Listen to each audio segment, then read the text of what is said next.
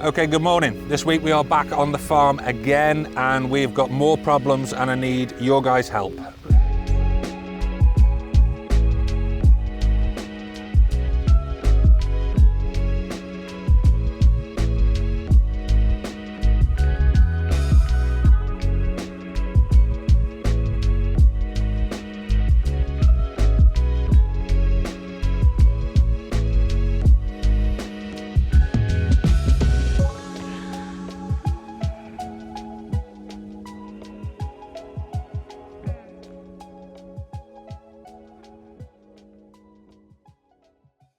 We are yet again mowing, tedding, baling and carting the bales in, and the problem that we've got is this.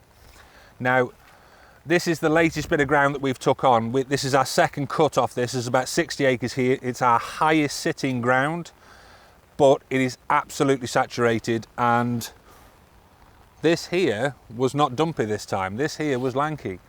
So first off, to settle an argument between Blue, Green, Mark or Ryan, Mark says it is now 2-1 because Ryan got stuck twice when we were doing these 380 bales off of this 60 acre field that we've got here.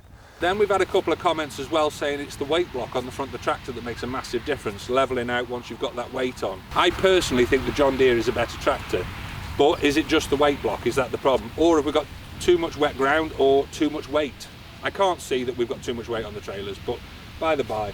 Papa G, he come out of retirement last night to help us, or to help me get the last of the bales in. He come and did 2 loads.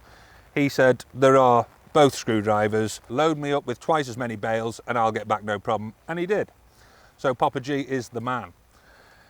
But the problem that we've got, all our ground, I've said many times, is wet. This is exceptionally wet. I thought we'd have the biggest problem down in the bottom. We haven't. The biggest problem that we've had is up on the top. Now, as we haven't seemed to have had a dry week in the last 2 years, we've got to think long term about what we are going to do, because we have ultimately trashed this field. I'll touch a little bit on cloud seeding again, because I spoke about cloud seeding in a previous video and we seem to have a couple of people getting a little bit upset and a difference of opinion. I got 2 reasons as to why I believe it's real, and the third is a theory. First one, the latest film of Twister. They use cloud seeding basically to stop them tornadoes, hurricanes doing what they do. So there's the first one. It's on the TV. It's got to be real. Second one, Dubai. I think they overcooked it this last year and they had a load of flooding, but it ultimately is what Dubai do to bring rain.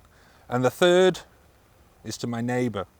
I believe my neighbour is cloud seeding to wet my ground because my cows are better than theirs. Anyway, that's my theory. But this is a massive issue, and it's not just an issue for trashing the field. This is not my land. We have rented this land to have the grass off it, but ultimately the more I trash it, the more we've got to put it back right. So this here, where Ryan first got stuck with the very first load of the day, we've got to bring a digger in here now to sort this back out. Otherwise the water is going to lie in these ruts and it's just going to make it all worse. It's the mess on the road as well. We've got to have a loader with a brush cleaning up the road constantly, because where we're going in and out, we're taking all that muck onto the road. So it's becoming really expensive to start carting bales. And at what point, and this is my question to you guys, at what point does it become beneficial to forget the bales and start thinking more along the lines of a clamp? Now, as the farm has grown, and they now call me John Dutton Gilb, we have 220 head of cattle on the farm and we are selling constantly at the minute. Our suckler herd is growing, so we constantly need the feed. I think we've got over 1,200 bales this time on the farm ready for this winter, which we've already started using them. So we absolutely need the feed, but we're struggling for places to stack the bales of hard standing because we made the mistake last year of putting them out in that wet field and we couldn't get to them. So this year we've managed to dot them here, there and everywhere around the farm, but it's made the farmstead really tight for access for Arctics for feed and for when we've got pig deliveries in and out. So that's causing us some issues. But at what point is it more cost effective to put a clamp in? Bearing in mind the infrastructure of a clamp is probably about £100,000 worth of investment. To me, the process itself, we're still mowing, we're still tedding. Instead of baling, we're going to save the baling cost. The carting cost is probably similar, But instead of having the trailers with the narrow tyres on carting the bales, we could have big silage trailers with flotation tyres and do less damage to the ground. And that's probably the biggest thing for me. How do we get away with doing less damage to the ground? Because we can't guarantee the weather. We picked a slot where we had Richardses come in because we knew it was going to be wet. We had AR Richardses come in and they basically did the mowing, because in one pass they do 3 times the width that we can do.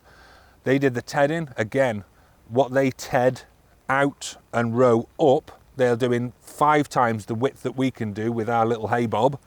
And once rowed up, there's still the one pass as there would be if you were putting that grass into a trailer as if you're baling it. The difference being is we've got a load all running around in here picking all the bales up and these narrow tyres on the trailers and loads of weight on it to get it out. So at what point is it cost effective? Is there a number of bales that it becomes more cost effective to say, right, over 500 bales or 1,000 bales, it is now more cost effective to put it in a clamp? And if it's in a clamp, at what point does the clamp pay for itself? How long is the return on the investment? So that's my question to you guys. We are probably baling 1,200 bales this time with the extra ground that we've got. At what point does it become more cost effective to put a clamp in? And do we put one clamp as in a big clamp, or do we put a clamp that's separated into 2? So we've got one end and then the other. We use this end while we're filling that end in that particular year. Or do we just do one clamp, have the stuff in there and still have a handful of bales? Because the bales are handy because we've got stock in different places in different sheds. So that is the downside of losing the bales. So do we do a bit of both? Let me know. Okay, so then back at the farm, we've pretty much got the same problems. The rain has rained elevations buoys off, but they have been here. So on the bio unit now, stone heads have turned up. We've had the same again from Shropshire Brick and Stone, and that's now allowed us to go above. So in terms of height wise, we're pretty much there. We've mirrored the bricks that we've got built on the house and the other stuff that we've got built out of brick here. We've mirrored the corbel detail as well. So that dental that we've got going around, that's the eaves. So that's where the gutter's going to be. The roof pitch is going that way. We've lowered the eaves slightly from what we had on the permission in order to increase the pitch slightly, because on the drawing that we did, albeit it's very, very minimal, there was just not quite enough to give us the right pitch we wanted for slate. So we've had to increase the pitch by about 2.5 degrees, but we've lowered that at the eaves level so it visually doesn't make any impact. The ridge height is still exactly the same as what we set out on the plans.